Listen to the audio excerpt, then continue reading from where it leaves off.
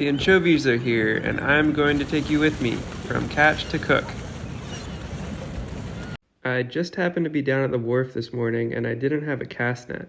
So I got to talking with a local fisherman and I asked him if I could borrow his.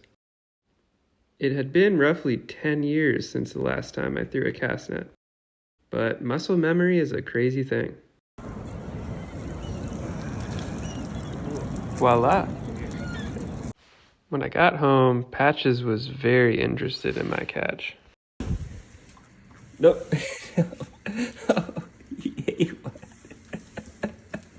Just went straight for it.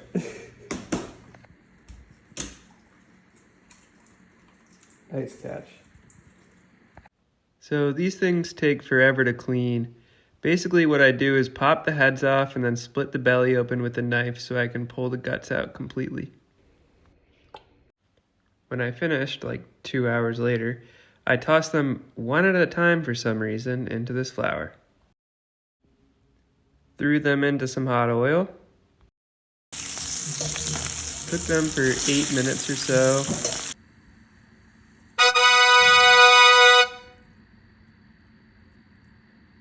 These were actually so good.